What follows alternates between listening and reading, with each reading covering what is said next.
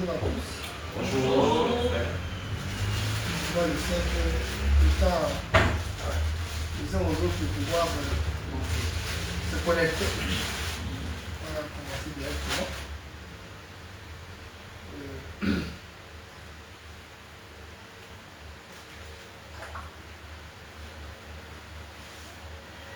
Tu as quelque chose pour nous? Un petit cantique rapide. Laissez le temps aux autres de monter. Juste un petit.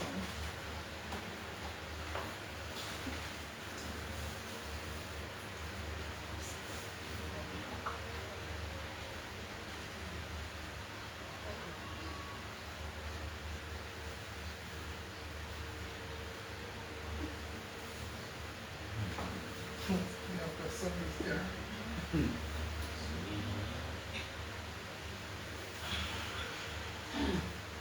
Je m'approche de ta personne, je me sens renouvelé. Je m'approche de ta personne, je me sens renouvelé. Je m'approche de ta personne, je me sens renouvelé. Car tu es le Dieu d'amour. Je m'approche de ta personne, je me sens renouvelé. Je m'approche de ta personne, je me sens renouvelé. Je m'approche de ta personne, je me sens renouvelé. Car tu es le Dieu d'amour. Je vais aimer, je vais aimer le nom de Jésus-Christ, le nom de mon Sauveur, qui a changé ma vie. Je veux élever le nom de Jésus-Christ, celui de mon Sauveur, qui a changé ma vie. Je m'approche de ta personne, je me sens renouvelé. Quand je m'approche de ta personne, je me sens renouvelé. Quand je m'approche de ta personne, je me sens renouvelé. Car tu es le Dieu de vie. Quand je m'approche de ta personne, je me sens renouvelé. Quand je m'approche de ta personne, je me sens renouvelé. Quand je m'approche de ta personne, je me sens renouvelé. Car tu es le Dieu de vie. Je vais adorer le nom de Jésus-Christ, le nom de mon Sauveur, qui a changé ma vie. Je veux adorer le nom de Jésus-Christ, celui de mon Sauveur, qui a changé ma vie. Je m'approche de ta personne, je me sens renouvelé. Je m'approche de ta personne, je me sens renouvelé. Quand je m'approche de ta personne, je me sens renouvelé. Car tu es le Dieu de vie. Alléluia. Amen. Merci la sœur pour ce cantique. Et c'est pas un hasard parce que c'est Dieu qui inspire. Justement, l'intitulé de ce matin, c'est de parler de Jésus-Christ. Qui est Jésus-Christ? Vous savez, on peut poser la question à quelqu'un tout de suite. Hein? Qui est Jésus-Christ? Les gens répondront de manière religieuse. Il est le Fils de Dieu, il est le Sauveur de l'humanité. Comme on a chanté tout à l'heure, on a aussi défini. Mais il y a quelque chose de très important que j'aimerais faire ressortir ce matin parce que beaucoup de personnes adorent ceux qui ne connaissent pas. Comme Jésus pouvait dire à la femme samaritaine, vous adorez ceux que vous ne connaissez pas.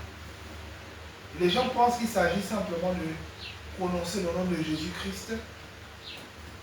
Et c'est bon, on va dire, c'est bon, je connais Jésus, je connais cet homme. Mais Jésus-Christ fait tout autre chose que ce que les gens ne peuvent penser ni imaginer. Nous allons aller ce matin un peu puiser. Si on peut commencer par Jean, chapitre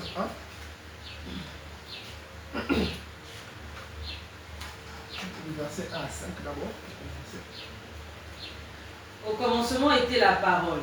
Et la parole était avec Dieu. Et la parole était Dieu. On va s'arrêter. Au commencement était la parole était avec Dieu, la parole était Dieu.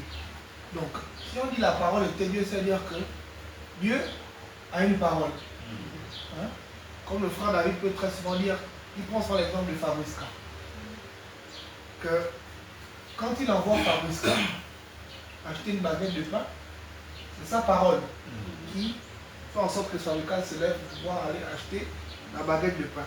Donc, la parole était avec Dieu, la parole était Dieu. Donc la parole c'est ce qui sort de la bouche de quelqu'un. La nature nous enseigne même par nous-mêmes que la parole sort de nos bouches, elle nous appartient. Continue. Elle était au commencement avec Dieu. Toutes choses ont été faites par elle, et rien de ce qui a été fait n'a été fait sans elle. Okay. Toutes choses ont été faites par elle, et rien de ce qui a été fait n'a été fait sans elle. Comme je disais tout à l'heure, le frère David prend souvent cet exemple. Fabriska va m'acheter une baguette de pain. C'est la parole qui crée la circonstance. C'est la parole qui fait en sorte que Fabriska se lève et va acheter. Donc, il en est de même pour la parole. Elle a créé toutes choses. Donc, Dieu a parlé et les choses se sont accomplies. Donc, je prends un peu l'exemple de ce passage qui dit « Faisons l'homme à notre image et à notre ressemblance ». C'est la parole qui est sortie. Voilà. Continue. En elle était la vie, et la vie était la lumière des hommes. En elle était la vie, et la vie était la lumière des hommes. Jean 8, 12 dit, c'est Jésus qui parle, tu vas pas dire, Jésus dit, je suis la lumière du monde. C'est ce que Jean 8, 12 nous dit. Donc, et ce passage nous dit, elle était la vie et la lumière du monde. Jean 14, 6 nous dit, je suis le chemin, la vérité, la vie. Donc, nous savons directement que Jésus-Christ est le chemin, la vérité, la vie. Il est cette vie dont parle Jean 1, 4. Et il est en même temps la lumière. Parce qu'il dit, Jésus dit, je suis la lumière qui éclaire le monde. Donc, on sait directement que Jésus-Christ est cette parole dont parle Jean 1. Jean chapitre 1, verset 1, on commence à mettre la parole était avec Dieu, puisque ce n'est qu'une suite. Et le verset 5 dit, la lumière lui dans les ténèbres, et les ténèbres ne l'ont point reçu. Jésus est venu sur la terre, donc la parole est venue sur la terre, et les gens ne l'ont point reçu. Parce que certaines personnes disaient, donc, notamment les scribes et les pharisiens, pouvaient dire que Jésus, qu'il enseigne des choses qui ne sont pas normales en fait, ils n'ont pas reconnu. Donc, raison pour laquelle ils n'ont pas reçu Jésus parce qu'ils étaient certainement ignorants de qui était Jésus. Et là, nous venons de constater que d'après Jean chapitre 1er, Jésus est la parole. Donc, s'il faut employer un peu le terme, s'il faut employer un peu de mathématiques, on sait que par exemple 2 plus 2 est égal à 4, 3 plus 1 est égal à 4. Donc, c'est un peu la même chose. Jésus égale parole. Donc Jésus est la parole. Parce que beaucoup de personnes se disent souvent que quand on parle de Jésus, on parle d'un individu, d'un simple homme, où il suffit juste de prononcer le nom de Jésus-Christ et tu seras sauvé. Alors que c'est tout autre chose. Il s'agit de la parole. Si tu peux aller au verset 14. Et la parole a été faite chair, et elle a habité parmi nous, pleine de grâce et de vérité, et nous avons contemplé sa gloire. Une gloire comme la gloire du Fils unique venu du Père. Donc, la parole, on dit au commencement était la parole. Et c'est par la parole que Dieu a engendré toutes choses. Dieu a prononcé une parole. Comme la Bible dit, il y a un passage qui dit que la parole de l'Éternel ne sort pas sans avoir effectué ce pourquoi elle est sortie avant de revenir à lui. Donc, Christ a envoyé sa parole. Sa parole a possédé un corps. C'est ce que ce passage nous dit. Et nous savons tous que celui qui est venu dans la chair, c'est bien Jésus-Christ. Pour accomplir encore la parole. Donc, parce que la parole continue de faire son effet. Comme j'ai pris l'exemple de Fabrice tout à l'heure, c'est à travers ce que le frère David dit à Fabrice que Fabrice se met à aller accomplir la volonté du frère David. Voilà pourquoi Jésus-Christ pouvait dire quand il était sur la terre qu'il accomplit la volonté de son Père. Donc, c'est-à-dire que Jésus-Christ est la parole de Dieu. Et Apocalypse 19, 13 nous le confirme bien, si on peut lire ça.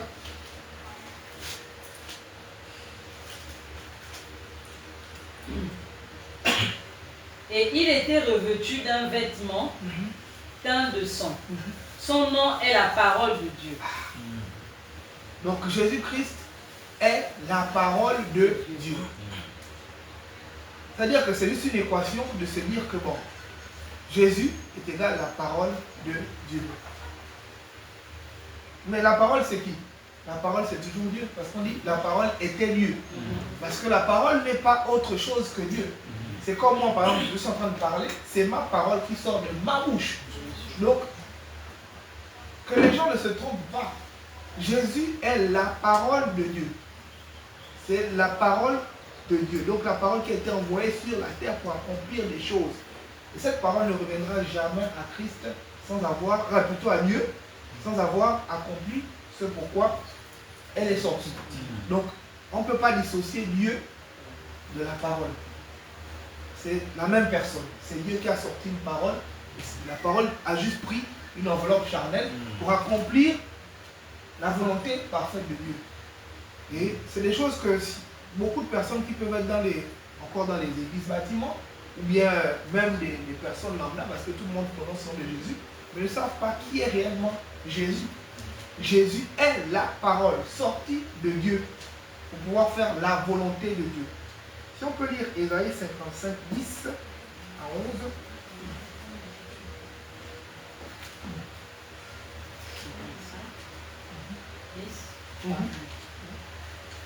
Ésaïe 55, 10. Comme la pluie et la neige descendent des cieux et n'y retournent pas, sans avoir arrosé, fécondé la terre et fait germer les plantes, sans avoir donné de la semence au semeur et du pain à celui qui mange, ainsi en est-il de ma parole qui sort de ma bouche. Elle ne retourne point à moi sans effet, sans avoir exécuté ma volonté et accompli mes desseins. Il est ainsi de la parole, donc il est ainsi de Jésus. Avant que Jésus ne reparte au Père, il a accompli tout ce pourquoi il est venu sur la terre. Tout. Voilà pourquoi il pouvait dire à ses apôtres que rien ne peut être enlevé jusqu'à ce que les paroles soient accomplies. Nous, quand il est arrivé sous la loi, les gens vont prendre l'exemple de la Bible, les gens vont te dire que Jésus lui-même il a observé la Bible parce qu'il est venu sous la loi. Donc il fallait que s'accomplissent d'abord certaines paroles. C'est-à-dire qu'il y a eu une première alliance qui a été annoncée et Jésus-Christ faisait partie de cette alliance. Donc il fallait qu'il vienne accomplir ça.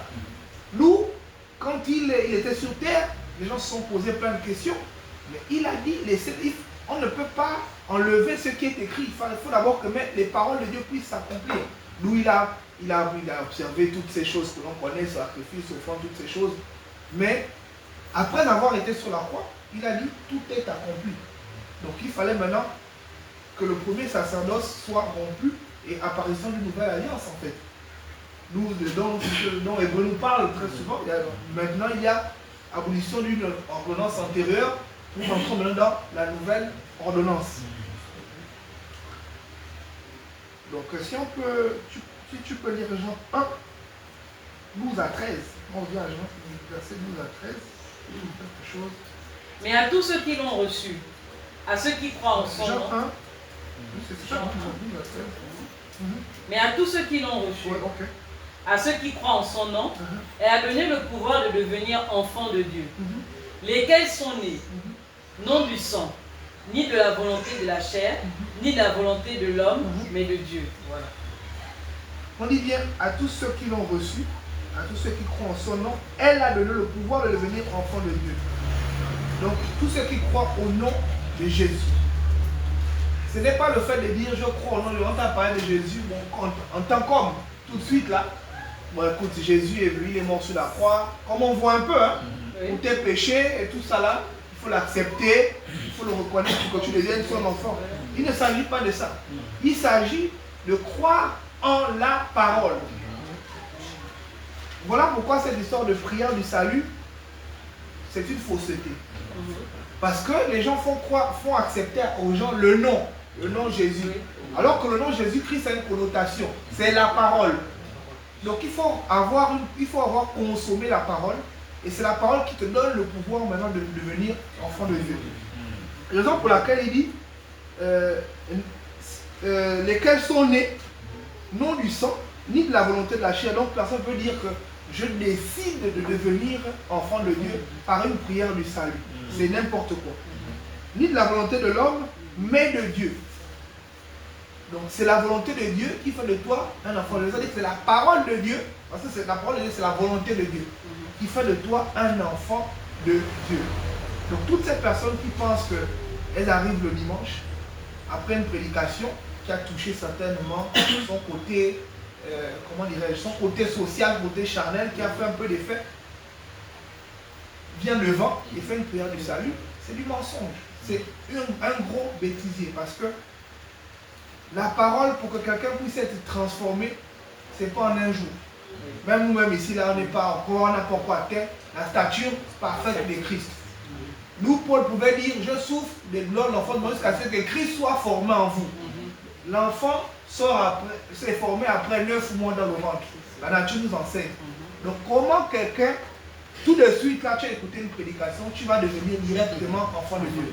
Vous comprenez que les gens ne savent pas qui ils adorent. J'ai voulu parler de ça ce matin parce que c'est important. Moi aujourd'hui j'ai compris, c'est comme ça que j'ai compris la chose de Dieu. Et Christ, je le dis, mon Christ égale parole. Parole égale Christ. Aussi simple. Et tu comprends que quand on parle de la parole, ce n'est pas un seul élément, c'est toute une vie. On parle des Écritures, c'est des Genèse, Apocalypse, c'est toute une vie, c'est toute une révélation. Jusqu'à la fin de l'humanité, tout a été écrit. Donc quelqu'un peut dire que moi je connais Jésus. Tu connais Jésus comment? Jésus est tellement vaste. Jésus c'est la parole. Tu vas connaître Jésus comment? Donc, on comprend. Voici pourquoi aujourd'hui on se retrouve dans des dérives. Dans des dérives des personnes qui se disent aujourd'hui, moi je suis aujourd'hui le nouveau Seigneur. On a l'exemple de Kakou Philippe. On a maintenant au Gabon qui s'appelle Jonas Swangele qui dit qu'il est le Seigneur le Seigneur, si les gens ne croient pas en lui, il dit bien que Jésus a fait son temps. Lui, il est venu pour... Jésus a prêché la grâce, il vient prêcher, je crois, le jugement, quelque chose comme ça. Et vous voyez que c'est parce que les gens ne connaissent pas la parole, ils ne connaissent pas les Écritures, ils ne comprennent pas c'est qui est réellement Jésus, qui pense que Jésus est un homme comme Jonas Swangele ou bien comme Kakou Philippe. Non, Jésus n'est pas un homme. Jésus c'est Dieu, Dieu qui a fait sortir sa parole. C'est la parole là qui est en train de faire son accomplissement. On va dire que même quand Jésus est parti, il est reparti au Père, cette parole continue parce que la parole elle est invisible. Et c'est cette parole qui prend effet dans la vie de tout un chacun. Donc quelqu'un peut me dire que moi je suis maintenant le nouveau Messie, mais parce qu'il n'a rien compris en fait aux Écritures. Absolument rien. Donc c'est vraiment ce que je voulais vraiment mettre l'accent sur ça parce que on ne sait pas qu'on puisse se tromper parce que moi j'invite beaucoup de personnes souvent qui sont là et parfois ils viennent ici et c'est des personnes parfois qui se retrouvent à poster ce genre de choses et ça remet vraiment en question la compréhension de Jésus. Jésus n'est pas un homme, Jésus est la parole. Donc on ne peut pas associer Jésus à un homme comme Jonas ou bien comme voilà. Donc, si on peut lire Hébreux 7, 21.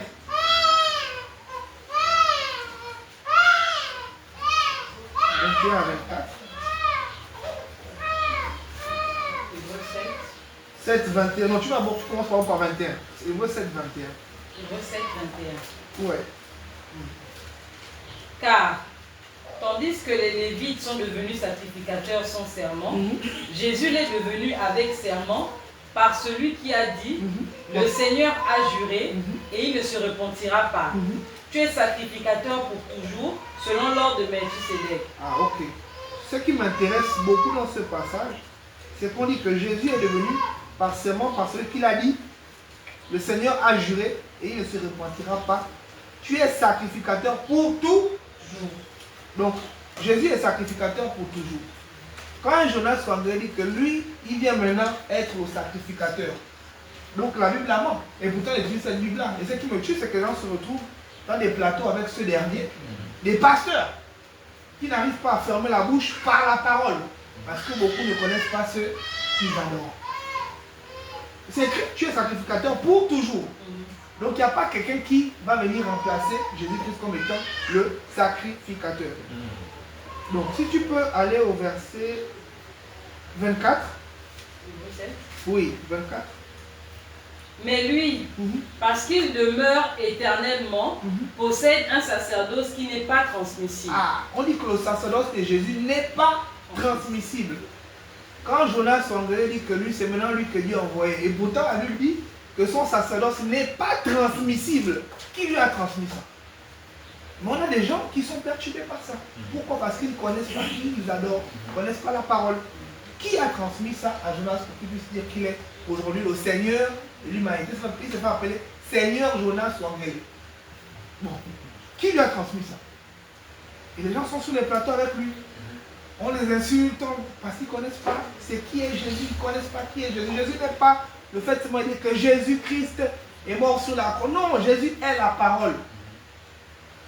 Et tant que Dieu est éternel, parce qu'on dit Dieu c'est hors du temps, il n'a ni de commencement, ni de fin, sa parole ne peut pas mourir. Sinon Dieu devient muet. Et tout ce qui est au monde là n'existe pas parce qu'il y a des choses qui doivent s'accomplir. Mais comme il est éternel, sa parole demeure éternelle. C'est là où l'importance de connaître qui est réellement Jésus. C'est la parole qui est repartie au Père. Mais sa parole éternelle, Dieu n'est pas muet, sinon il ne parle plus. Donc, si tu peux aller au verset 25. Oui, toujours. C'est aussi pour cela qu'il peut sauver parfaitement ceux qui s'approchent de Dieu par lui, étant toujours vivant pour intercéder en leur faveur. Okay. C'est aussi cela qui peut sauver parfaitement ceux qui s'approchent de Dieu par lui. Et c'est par la parole que nous sommes sauvés. Il y a un passage de psaume qui nous dit, il envoie sa parole et nous guérit et nous fit délivrer de la fosse. Donc aujourd'hui même la guérison, ce n'est pas une histoire de sort au nom de Jésus, jamais. Ce n'est pas sort au nom de Jésus, c'est la parole qui délivre. Parce que Jésus, c'est là où Christ est là pour pouvoir perdre ceux qui doivent être perdus, qui pensent que c'est en disant sort au nom de Jésus, le fait que tu es prononcé au nom de Jésus-Christ a des effets. Mais combien de fois nous on n'a pas été malades dans la chair?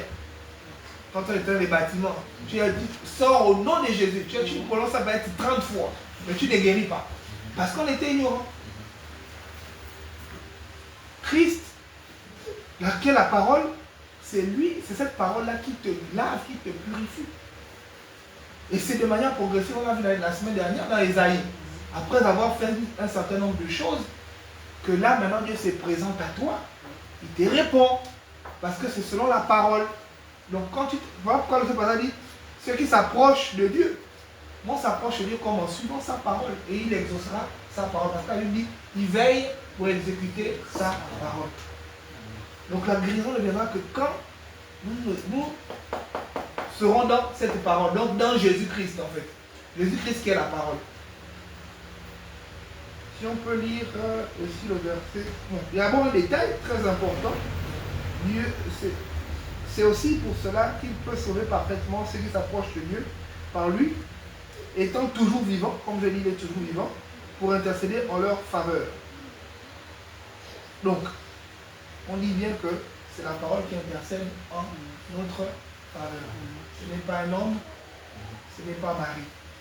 C'est vrai que ça va encore choquer nos sœurs nos sœurs dans la chair de l'Église catholique, ou nos frères dans la chair de l'Église catholique, qui pensent que c'est Marie qui doit intercéder. Mais Marie n'est pas la parole. C'est là on dissocie Marie humaine et Jésus parole. Marie n'est pas la parole, donc elle ne peut pas intercéder pour quelqu'un. C'est la parole qui intercède parce que la parole accomplit la volonté parfaite de Dieu. Et Dieu n'exécutera que sa parole. Il veille sur elle pour l'accomplir. Si tu peux prendre le verset 28. En effet, la loi établit souverain sacrificateur des hommes sujets à la faiblesse.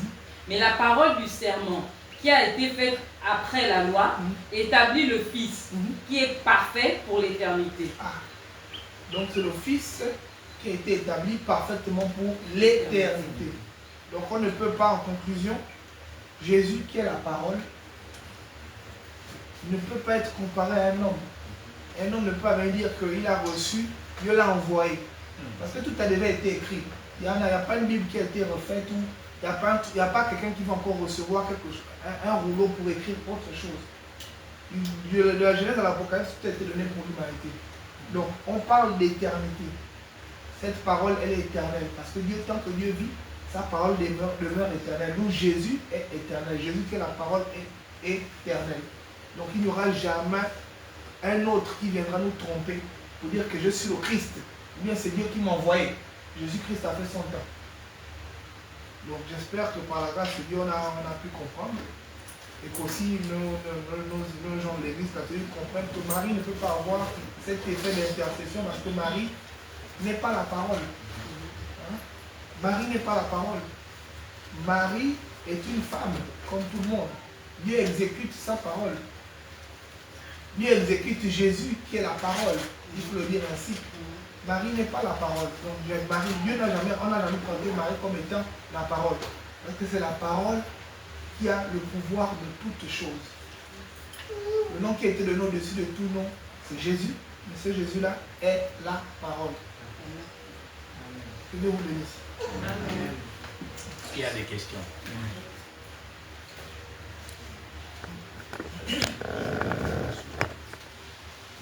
Moi j'ai une question.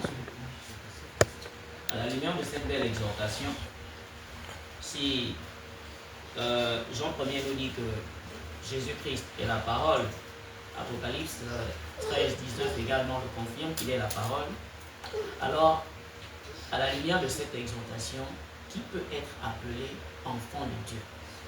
Pourquoi je pose cette question? Parce que les gens parfois comprennent mal. Lorsqu'on dit que Jésus est la parole, il suffit qu'un homme alors vous déclare enfant de Dieu par des paroles, comme pouvait expliquer le frère, en venant dans une église, une prière de confession, et puis en fait vous êtes déclaré enfant de Dieu. Or, ici il est dit que Christ est la parole. Et encore que ce n'est pas par la main, ce n'est pas un homme normalement qui mandate ou bien qui donne pouvoir de quoi que ce soit, mais c'est la parole. Donc, comment alors, qui doit être appelé enfant de Dieu? En fait, c'est ma question, à la lumière de cette exhortation.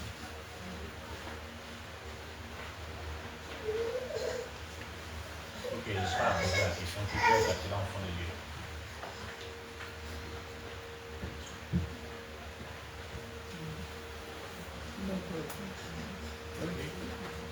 C'est comme on a vu tout à l'heure, à ceux qui pensent en son nom, c'est dans elle a donné le pouvoir, à tous ceux qui l'ont reçu, à tous ceux qui croient en son nom, elle a donné le pouvoir de devenir enfant de Dieu. Donc, c'est Dieu qui crée en nous la foi. Donc, c'est de par cette foi-là que l'on devient enfant de Dieu. Donc, c'est par la prédication de la foi, donc la prédication de la parole de Christ, que l'on devient enfant de Dieu.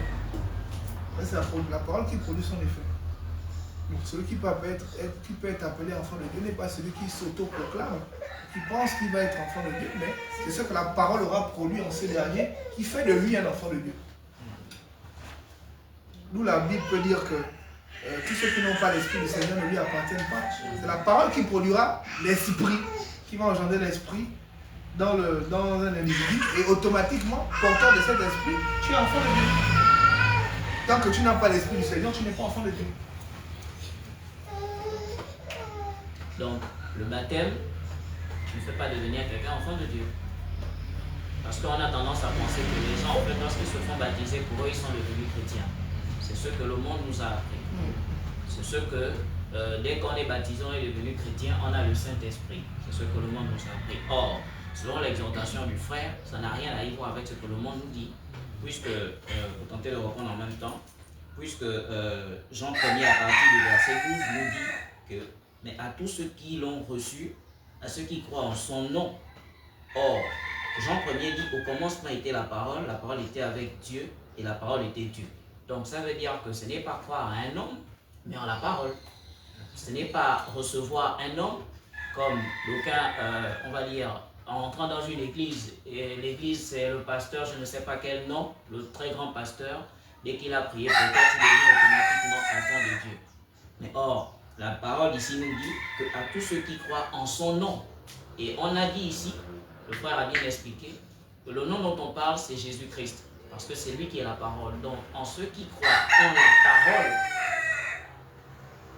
tous ceux qui reçoivent cette parole ont le pouvoir de devenir enfants de Dieu. Encore que au verset 13, il dit, ils ne sont pas nés du sang et de la volonté d'un homme. Donc, vous savez, ce n'est pas par une prière de confession faite par un homme que l'on devient enfant de Dieu. On parle de la parole. Pourquoi je le dis? Parce que ça prête souvent à confusion. Le verset 12.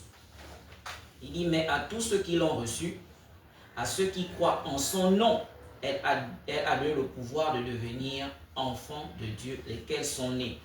Or, comme je disais, on parle ici toujours de la parole. Il est question de la parole, en ceux qui croient en la parole. Or, la définition de la parole, c'est Christ. C'est pourquoi le verset 13 va dire, lesquels sont nés non du sang. Donc, ce n'est pas parce que ton père est pasteur, ton père est chrétien, ta mère est chrétienne, qu'automatiquement tu deviens enfant de Dieu par leur croyance ou leur appartenance ou bien leur dénomination. Non, ni de la volonté de la chair, ni de la volonté de l'homme, mais de Dieu. Donc, sa parole. Je voudrais aussi un peu enchaîner en disant, dans Jean 3,3, il va dire quelque chose, il va dire, en vérité, celui qui ne naît d'eau ne peut rentrer dans le royaume. Or, nous savons que le royaume, c'est la parole. Or, si on n'est pas dans la parole, en fait, on n'est pas chrétien.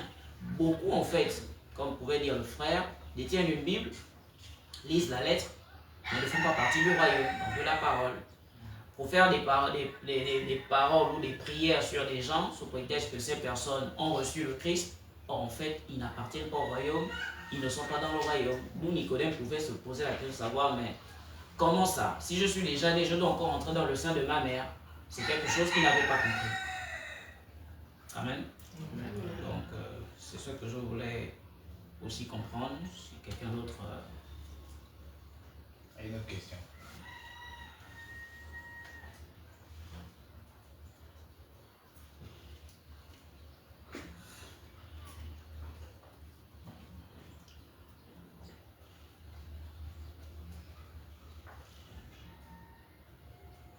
Frère, j'ai une préoccupation. La parole dit, toute personne qui n'a pas son esprit ne l'appartient pas. Toute personne qui n'a pas son esprit ne l'appartient pas. L'Éternel dit, l'or et l'argent l'appartiennent. Mais lorsqu'on présente Jésus une pièce, il dit, à César ce qui est à César, et à Dieu ce qui est à Dieu. Mais le même Dieu dit, l'or et l'argent l'appartiennent. Moi, j'aimerais savoir la profondeur de la pensée en ce qui concerne l'or et l'argent, afin que beaucoup de personnes cessent de faire des prières qui n'ont vraiment pas de sens. L'or et l'argent l'appartiennent.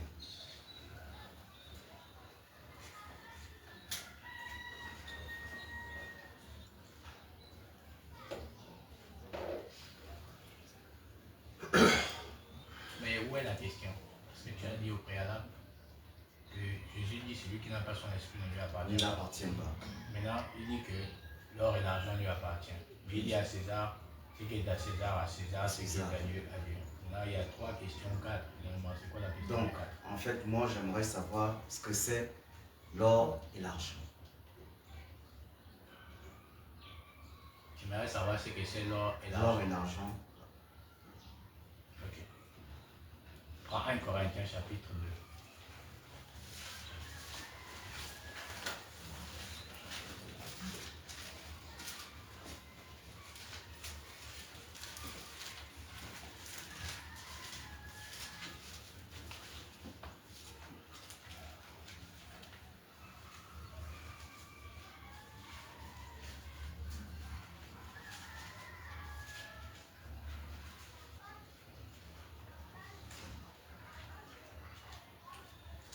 En partie de la portion 12.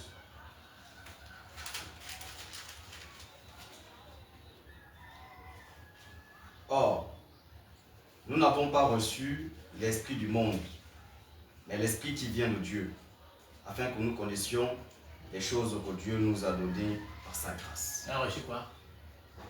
Afin que nous connaissions les Non, choses. on a reçu quoi? L'esprit. Oui. Nous n'avons pas reçu l'esprit du monde, mais l'esprit qui vient de Dieu. Oui. Quand on reçoit l'esprit de Dieu, qu'est-ce que ça, la suite dit quoi? Afin que nous connaissions les choses que Dieu nous a données par sa grâce. Donc ça veut dire que si donc on a reçu l'esprit de Dieu, en vérité il est censé nous révéler ce qu'il nous a donné par sa grâce. Non? Effectivement. Ça veut dire qu'on est donc censé connaître ce que c'est l'or, ce que c'est l'argent selon la grâce qui nous est donnée, non? Ok. On dit qu'il n'y a pas de l'or qui ne soit éprouvé par du feu. De quoi il est question? Quand il n'y a pas d'or qui ne soit éprouvé par du feu. La nature nous enseigne, si tu as l'or et que tu mets dans le feu, c'est pour quel objectif? Non, mais c'est pour faire multiplier ça. On fait fondre l'or pour que ça se multiplie, non? Et donc finalement, il n'y a pas de l'or qui ne soit éprouvé par du feu. Donc la parole de Dieu, c'est quoi? Non. Mais comment elle s'est faite pour devenir une richesse? C'est parce que c'est par la connaissance. Ce que Paul dit, il dit que tout ce qui était pour moi comme un gain, je les regarde comme une perte. Donc il n'est pas question d'une chose charnelle, à cause de l'excellence. Donc la richesse, elle est spirituelle. Quand Dieu parle d'or et d'argent, il ne parle pas du matériel. Parce que s'il est question du matériel, ça dit qu'on a un problème. Pourquoi? Parce que c'est le même Dieu qui dit, avant que tu m'ouvres la bouche, je sais de quoi tu as besoin. Si donc moi je dois courir après ce dont j'ai besoin, sachant que Dieu a dit qu'il connaît ce dont j'ai besoin. Si donc il est l'or et l'argent qui appartiennent à Dieu, c'est l'objet de fait laquelle je dois implorer Dieu chaque jour. Ça veut dire que donc Dieu nous ment. Puisqu'il lui-même il dit dans Matthieu 6, il dit, ne dites pas que mangerons-nous, que boirons-nous. Ne dites pas. Ça veut dire qu'on n'a même pas le droit de parler donc d'or et d'argent.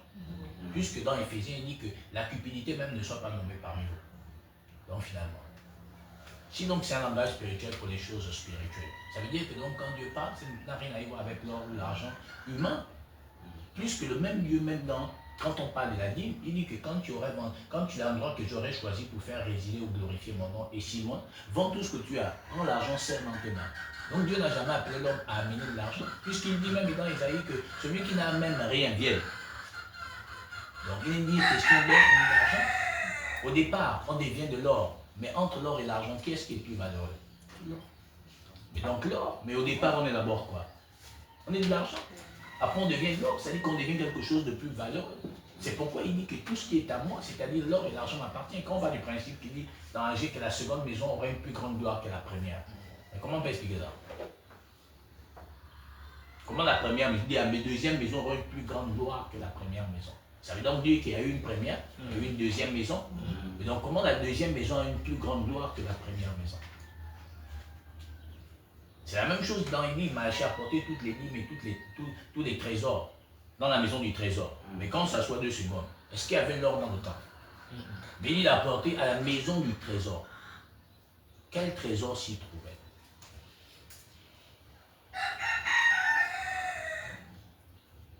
Quand on prend Philippiens 4, 19, que dit l'Écriture? Il dit qu'il pourvoira à tous nos besoins selon sa richesse. Il a quelle richesse? C'est l'or et l'argent. Mais non. Ça peut être l'or et l'argent. Si c'est l'or et l'argent, c'est qu'il y a un problème. Dieu est le créateur, le frère a dit tout à l'heure quoi? C'est lui qui a créé toutes choses. Ça veut dire que clairement, sur le plan humain, tout ce qui existe comme comment on appelle ça, l'or ou l'argent, ça appartient à Dieu, non?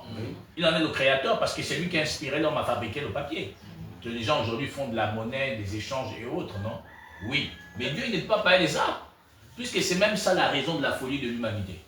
La guerre, c'est-à-dire que l'amour de l'argent est la racine de tous les maux. Or, on parle du contentement, de la piété. Donc la piété n'a rien à y voir avec l'or et l'argent si on reste dans l'aspect humain. Donc quand Dieu parle de l'or et l'argent, il ne parle pas de l'argent charnel ou de l'argent charnel. Puisque c'est ça qui est la raison des guerres que tu vois dans le monde là. Le problème, c'est l'argent. Donc ce n'est pas question de ça. C'est pourquoi donc l'Esprit de Dieu est en nous, nous révèle ce que Dieu nous a donné par sa grâce. Qu'est-ce qu'il nous a donné par sa grâce? Mais son plus grand trésor. Qu'est-ce qui est son plus grand trésor? Mais la connaissance de sa personne. C'est le plus grand trésor, c'est la plus grande richesse. Donc il n'est nullement question de l'or et de l'argent. Quand il dit donner à César ce qui est à César, ce n'est pas l'argent qu'on donne à César.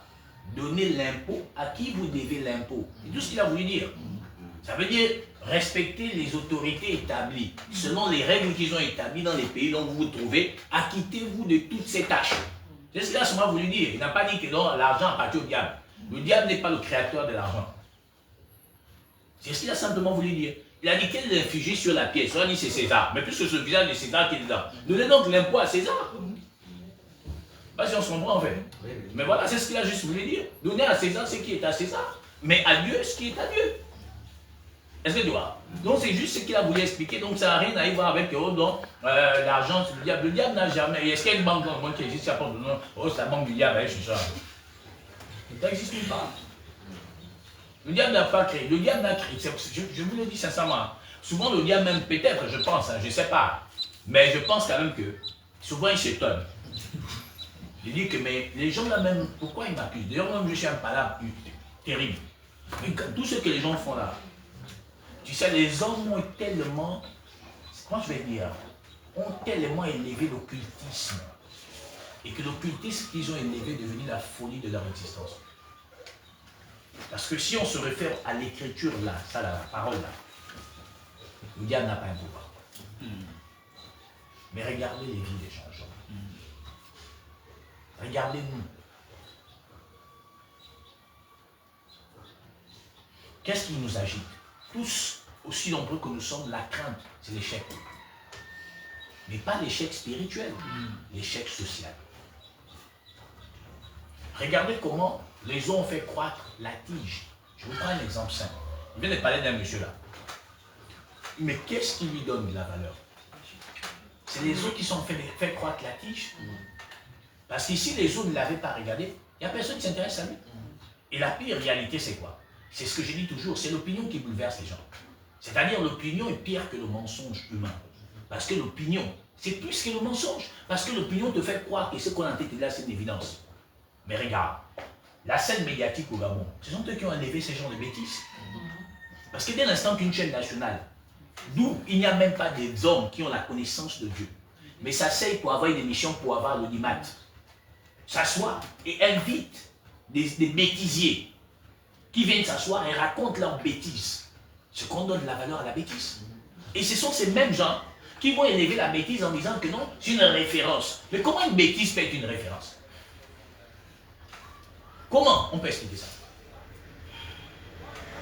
Alors, quelqu'un sort de son village, de Mayumba, l'autre sort de Moabi, l'autre sort de Ngoni, je ne sais pas où, il se lève, Dieu m'a dit, non, il faut faire ça, il faut faire ci. On s'arrête 2 secondes. Et l'autre jour, je l'ai entendu ce bêtisier. Il a dit que Jésus est venu avec la grâce. Et puis lui, c'est le jugement. Mais il a oublié que Jésus est venu non pas seulement avec la grâce, mais la vérité. Non seulement avec la grâce, non pas seulement avec la grâce, mais la vérité. Maintenant, lui, il dit qu'il est venu pour le jugement. Le jugement, ça veut dire quoi? Mais pour que l'on juge quelqu'un, il faudrait qu'il y ait un juge. Maintenant, pour qu'on te juge, il faudrait qu'il y ait eu un palabre. Donc on te bien, le juge rentre là, il dit je vous juge. On juge quelqu'un en fonction des actes qu'il a posés. Bon, maintenant, comment toi tu es venu juger s'il n'y a pas eu d'acte? Parce que pour qu'il juge, il faudrait qu'il y ait acte. Maintenant, il juge qui? Plus que Jésus ne sert à rien. Ouais. Mais il y a des gens qui écoutent ça. Ils ont dit, j'ai vu le bêtisier, il dit que non, les Jésus-Christ, c'est le christianisme occidental. Et ça, je réalise que, et c'est là qui est grave, parce que je réalise en fait que le pays là qu'on appelle le Gabon, on a un problème. Donc je vous assure qu'on a un vrai problème. Vous voyez, ces émissions-là ne sont pas faites pour édifier, c'est pour abrutir les gens et donner de la valeur à la bêtise. Parce que quand même, quand on fait une émission, moi je pense qu'une émission doit être d'abord d'ordre pédagogique. Quel est l'objectif? Quel est le but à atteindre? La forme et le fond. Qu'est-ce qu'on voudrait atteindre? On voudrait sensibiliser le plus grand nombre. Bon, bien qu'on veut sensibiliser, mais pardon, à un moment donné, il faudrait que, quand on regarde notre émission, bien qu'il y ait des bêtisiers qui viennent acclamer, non, ça c'est des gens qui aiment le bruit. Parce que ce que les gens veulent entendre dans une émission, c'est qu'elle nous instruit, elle nous apporte. Mais à la fin, l'air et matin, on prend certaines séquences où des gens s'insultent, où des gens se traitent de maudits, où des gens disent que tu es bête, où des gens disent que tu es idiot, où tu n'as pas fait l'école. C'est ça qui va faire le tour de tous les réseaux sociaux. Mais après, celui qui a fait l'émission, qui ordonne cette émission, je trouve, pour ma part, ils sont tous des médiocres. Pourtant, et c'est là qu'on réalise qu'au Gabon, les diplômes qu'ils ont tous, franchement, je pense souvent que c'est parce qu'ils sont battus au Sénégal, on nous a vendu ça. Pardon, hein, sans offenser ceux qui étaient au Sénégal. Mais je pense à mon humble avis, parce qu'on ne peut pas s'asseoir et puis regarder ce qu'on fait là. Et puis on pense que c'est juste. Parce qu'on doit instruire. Bah alors, quand on prend en séquence, voilà, il insulte l'autre, mais au final, c'est quoi le message? C'est quoi la pédagogie que les gens ont reçue? C'est quoi la pédagogie? Et le monsieur lui-même, il a déjà une position. Le journaliste qui dirige les débats, il a déjà une position, parce que lui, il est un traditionnaliste. Et donc, il est convaincu de la bêtise dans laquelle il se trouve. Et donc, du coup, il ne se rend même pas compte que sa position, c'est-à-dire, comment on appelle ça? Fausse déjà le débat. Fausse déjà le débat. Il doit être neutre, quand même, il a déjà une position personnelle. Il doit être comme un arbitre de football. Mais regardez vous-même. Et à la fin, on a des personnes qui font du bruit, mais au finish, qu'est-ce qu'ils font? Alors on prend les séquences là où ils se sont insultés, on dit que il était fort, il était fort, David a humilié. Ah, mais au finish, qu'est-ce que les gens qui ont suivi ça, qu'est-ce qu'ils ont retenu? Mais rien. Rien. Rien. Bah alors, pourquoi? Mais parce que notre émission, en chute libre, on va chercher les gens qui font la une dans les réseaux sociaux. Les starlets des réseaux sociaux là. On va chercher les starlets, on les amène, on sait qu'on annonce déjà que bon, tel starlet sera invité, tel starlet. Alors donc tous les fans des starlets là, elles vont se présenter là. Vous allez voir. Et là tout le monde, le débat qu'on remonte, ça dit que les gens, oh l'émission est bonne. Non, ce sont les starlets qui sont venus seulement pour écouter la bêtise. Parce que l'objectif d'une émission à caractère religieux, si on peut prendre deux secondes, le mot religieux, c'est d'instruire les gens. Et quand les gens sortent d'une émission pareille, ils disent oui, les débats nous ont édifiés. Mais à la fin, vous regardez, ça n'édifie personne. Bon, alors, on va loin. Quelqu'un dit qu'il est devenu celui qui est venu le jugement. Où est la différence avec Branham? Non, entre vous-même. Branham aussi a dit ça. Que c'est lui le dernier prophète. Bon, lui, là, il dit, et c'est ça qui dit que le pays a un problème. Voilà maintenant quelqu'un, on pensait d'abord que ça s'était arrêté en Côte d'Ivoire parce qu'il y avait aussi un Jésus là-bas. Jésus baoulé. Maintenant on est venu dans le Gabon, là maintenant le Jésus, je ne sais pas de quelle église il fait. Ah, il est d'Indjolé, donc le Jésus femme. On regarde le type même. Tu le regardes, lui ça dit c'est Jésus. Tu le regardes même. Et c'est grave, nous rions mais c'est grave. Combien de personnes croient à ces gens de bêtises? C'est pourquoi le frère a pris soin, prenons-le rapidement. Il a pris soin d'aller nous amener dans un Jean, c'est ça?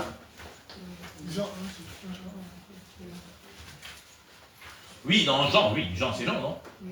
Oui. Prenons Jean.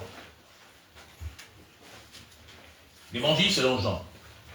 Le chapitre 1, la portion 1. Au commencement était la parole. Oui.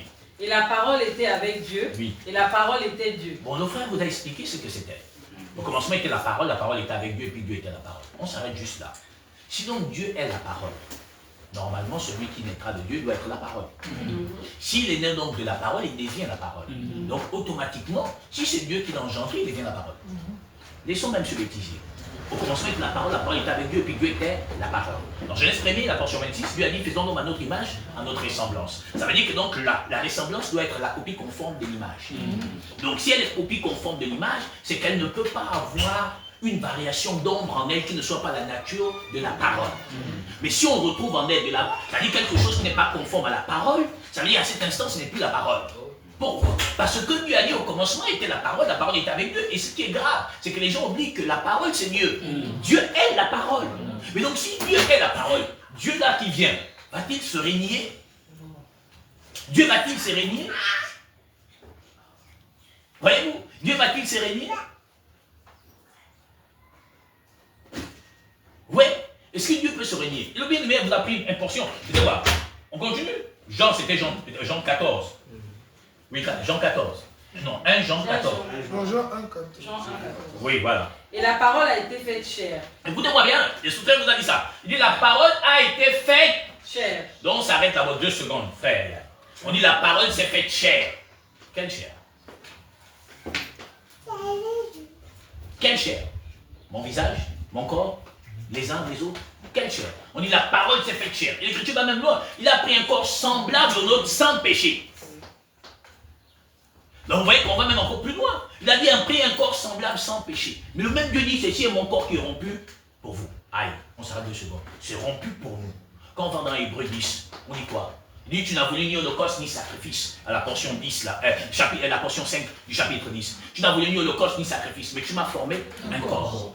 Il est question de moi dans le livre du rouleau. Mais je suis désolé. Puisqu'on dit qu'il est question de lui dans le livre. Mais si donc on est un nouveau Jésus, on doit avoir son livre. Puisque le livre là parle de lui, et c'est ce que le livre 24-44, il fallait que ça accomplisse tout ce qui est écrit de moi dans la loi de Moïse, dans les psaumes et dans les prophètes. Il doit ouvrir l'esprit pour qu'il comprenne l'écriture. Ça veut dire que donc tant que l'esprit n'est pas ouvert, tu ne peux pas comprendre les écritures. Mais pourtant, Paul s'est référencié à quoi? Aux écritures, lesquelles? De l'ombre. Lui-même, Jésus venant dans l'homme, s'est référencié à quoi? À la loi qui parlait de lui. C'est ce qu'il dit dans Luc 24-44. Il fallait que ça accomplisse tout ce qui est écrit de moi dans la loi de Moïse, dans les psaumes et dans les prophètes. Et il dit, tu n'as voulu ni holocauste ni sacrifice, mais tu m'as formé un corps. Il est question de moi dans le livre du rouleau. Ça veut dire que quand je prends le livre là, il n'est pas question de quelqu'un d'autre que lui. La preuve, prends Hébreux 1, la portion 1 à 3.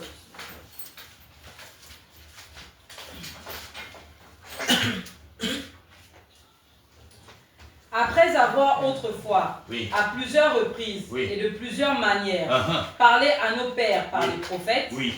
Dieu dans ces derniers temps, Et dans ces derniers temps, l'Écriture va plus loin. L'apôtre par l'Esprit dit, la nuit est avancée et le jour approche. Dépouillons-nous des œuvres mortes.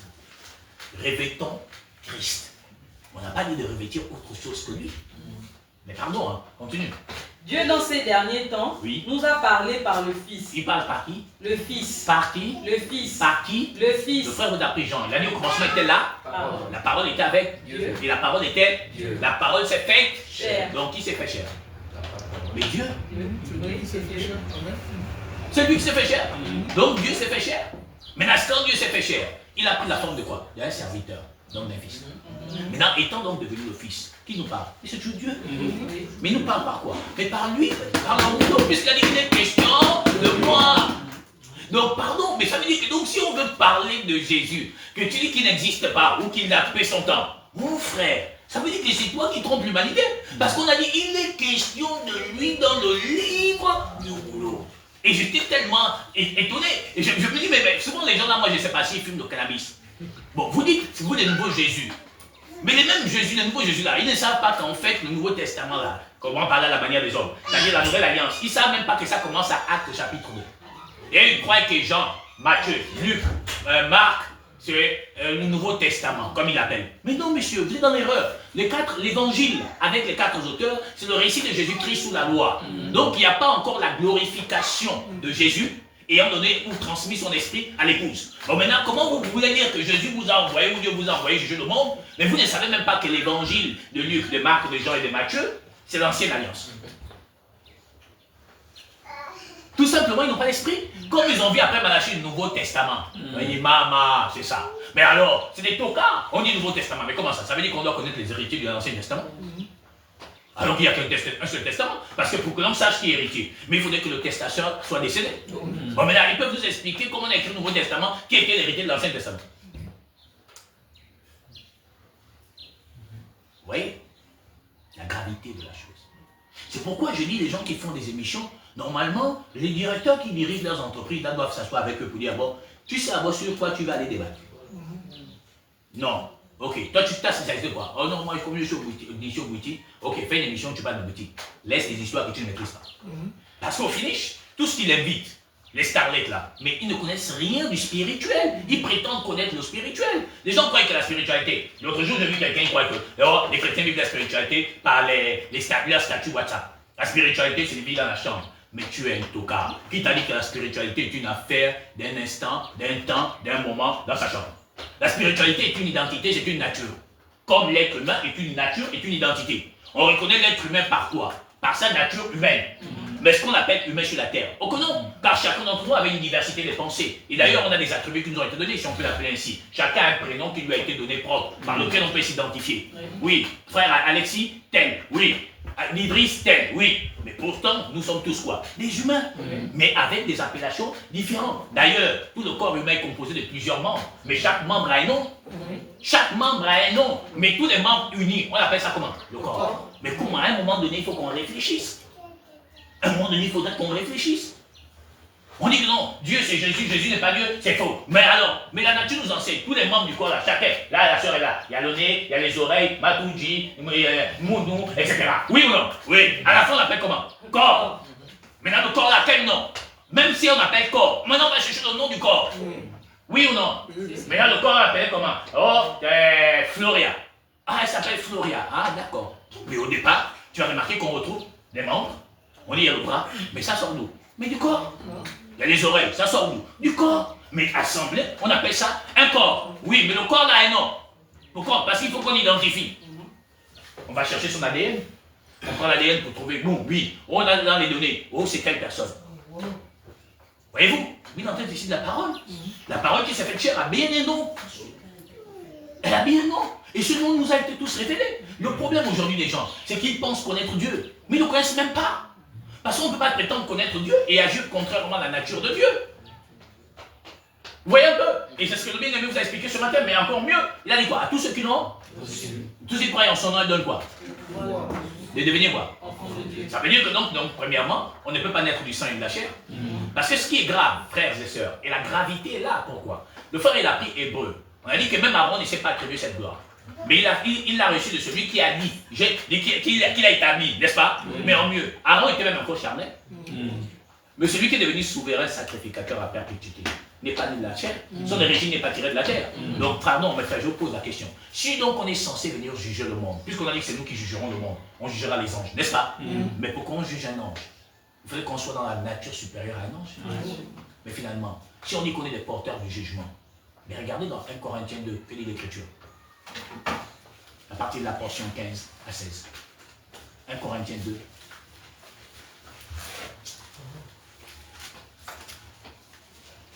L'homme spirituel, au contraire, juge de tout. Ah, frère, on dit l'homme spirituel. Ça veut dire que donc il y a deux choses, frère. Moi, si je suis charnel, je suis juge, n'est-ce pas, frère Alexis? Mais si je suis juge, et puis on m'a dit que moi je suis un juge, oui, en tant que juge, je juge de quelle affaire, frère? Mais des choses charnelles. Oh, tel a volé. Là, on m'appelle, monsieur le juge, il a volé. Là, je vais juger. Mais là, on dit que non, l'homme spirituel. Or, si on est l'homme spirituel, si tu répares plus au frère Joël, tu vas voir la portion 12 qu'on a pris tout à l'heure là. Il y a quelque chose là-bas. Or, nous n'avons pas reçu l'esprit du monde. Donc, frère, il fait une distinction. Il dit donc, nous n'avons pas reçu l'esprit du monde. Ça veut dire déjà que donc, dans le monde, il y a un esprit. On ne l'a pas reçu. Oui, on a reçu qui? Oui, frère. Mais l'esprit qui vient de Dieu. L'esprit qui vient de Dieu. Oui, afin que nous connaissions les choses que Dieu nous a données par sa grâce. Donc l'Esprit de Dieu nous révèle premièrement les choses qui nous ont été données. Ça c'est un point. Oui frère, continue. Et nous en parlons, non avec les discours qu'enseigne la sagesse humaine. Frère, il dit qu'on ne parle pas comme les humains, pas des discours humains, mais avec une sagesse autre que la sagesse humaine. Donc si on vient parler du jugement, ça ne peut pas donc être un jugement copie conforme à la nature humaine, ça doit être un jugement copie conforme à la nature de l'esprit qui nous conduit. Puisqu'on dit que nous avons reçu l'esprit de Dieu. Or, si on a reçu l'esprit de Dieu, on a un langage pour quoi? La suite dit quoi? Mais avec ce qu'enseigne l'esprit, employant un langage spirituel pour les choses spirituelles. Donc ça veut dire que donc frère, si donc je parle d'un jugement, je ne peux pas donc parler des choses charnelles. Pourquoi? Prends-nous Jean chapitre 3, la portion 18. Celui qui croit en lui n'est point jugé. Ah, celui qui croit en qui, frère? En qui? Puisqu'il y a un nouveau jugement, puisqu'il y a un nouveau quelqu'un qui Dieu a envoyé pour juger le monde. Mais il dit celui qui croit en lui n'est point Jugé. bon, maintenant, celui qui est devenu le nouveau juge là, il nous juge en qualité de quoi? En qualité de qui? Puisqu'il dit ici, celui qui croit en lui, en qui, frère? En la parole, qui était au commencement, qui était avec Dieu, et qui était Dieu, qui s'est fait chair. Bon, maintenant, celui qui croit à quoi? À qui maintenant? On a un droit de me juger. Mais mon frère, tu peux me juger? Puisque moi, je suis passé du jugement à la vie. Maintenant, tu me juges en qualité de quoi? En qualité de quoi vas-tu me juger? Pour quel acte? Pour quelle action? Car l'Écriture dit quoi? Il n'y a plus de condamnation pour tous ceux qui sont en Christ. Bon, maintenant, toi, tu me condamnes dans quel droit?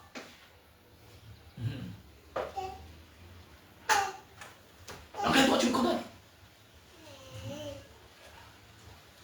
Reviens dans Corinthiens, frère.